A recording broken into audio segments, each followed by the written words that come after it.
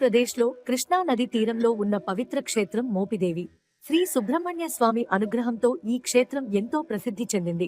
ఒకసారి సనక సనందన మహర్షులు శివపార్వతులను దర్శించడానికి కైలాసానికి వచ్చారు. జటాజూటములతో కాషాయ వస్త్రములతో కమండలాలతో కనిపించిన మహర్షులను చూసి చిన్న కుమారస్వామి నవ్వాడు. అది చూసి పార్వతీదేవి ప్రేమతో కుమారుని మందలించింది. తాను చేసిన తప్పును గ్రహించిన కుమారస్వామి పశ్చాత్తాపం చెందాడు.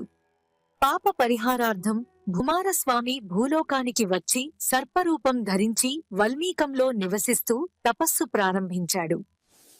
ఆ సమయంలో వింధ్య పర్వతం ఇతర పర్వతాలపై తన గొప్పతనాన్ని చూపాలని గర్వంతో పెరిగిన వింధ్య పర్వతం సూర్యుడు, గ్రహాలు మరియు నక్షత్రాల మార్గాన్ని అడ్డుకుంది.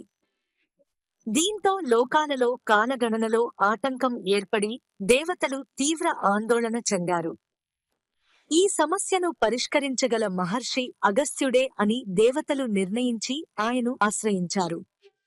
దేవతల ఆజ్ఞ మేరకు అగస్త్య మహర్షి తన భార్య లోపాముద్ర మరియు శిష్యులతో కలిసి దక్షిణ దేశ యాత్రలో అగస్త్య మహర్షి వింధ్య పర్వతం వద్దకు చేరుకున్నాడు. అగస్త్య మహర్షిని చూసిన వింధ్య పర్వతుడు వినయంతో నమస్కరించాడు. అప్పుడు అగస్త్య మహర్షి తాను దక్షిణదేశ యాత్రకు వెళ్తున్నానని, తిరిగి వచ్చే వరకు అలాగే వినయంతో ఉండాలని వింధ్యునికి ఆజ్ఞాపించాడు. దక్షిణ యాత్రలో అగస్త్య మహర్షి కృష్ణానది తీరంలో ఉన్న మోహినీపురం ప్రాంతానికి చేరుకున్నాడు. అగస్త్య మహర్షి కృష్ణానదిలో స్నానం చేసి సంధ్యావందనము ఆచరించాడు. సంధ్యావందనం అనంతరం అగస్త్య మహర్షి అక్కడ ఉన్న మహావటవృక్షం వద్దకు వెళ్ళాడు. ఆ ప్రాంతం ఫలపుష్పాలతో ఎంతో అందంగా, ప్రశాంతంగా కనిపించింది. పాము, ముంగిస, నెమళ్లు కూడా అక్కడ స్నేహంగా కలిసి కనిపించాయి. ఆ సమయంలో ఒక పెద్ద వల్మీకం నుండి దివ్య కాంతి వెలువడుతూ కనిపించింది. ఆ వల్మీకం నుండి ఓం నమఃశివాయ అనే పవిత్ర మంత్రధ్వని వినిపించింది.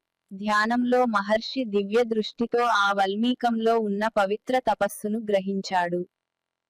వల్మీకంలో కుమారస్వామి శాప పరిహారార్థం తపస్సు చేస్తున్నాడని మహర్షి గ్రహించాడు. దివ్య దర్శనం పొందిన మహర్షి వల్మీకం వైపు నడిచాడు. వల్మీకంలో సర్పరూపములో ఉన్న దివ్యలింగాన్ని మహర్షి దర్శించాడు. మహర్షి భక్తితో దివ్యలింగాన్ని బయటకు తీసి పుట్టపైన ప్రతిష్ఠించాడు. ఆ పవిత్ర ప్రాంతానికి మహర్షి కుమారక్షేత్రం అని నామకరణం చేశాడు. తరువాత చల్లపల్లి రాజవంశీయులు స్వామివారి కోసం ఆలయం నిర్మించి నిత్య పూజలు ప్రారంభించారు. మోహినీపురం అనే పేరు కాలక్రమేణా మోపిదేవిగా ప్రసిద్ధి చెందింది. కాలక్రమేణా మోపిదేవి క్షేత్రం భక్తుల విశ్వాసానికి నిలయంగా మారింది. మోపిదేవి స్వామిని భక్తి శ్రద్ధలతో ప్రార్థించిన వారికి సంతాన సౌభాగ్యం లభిస్తుందని భక్తులు గాఢంగా నమ్ముతారు.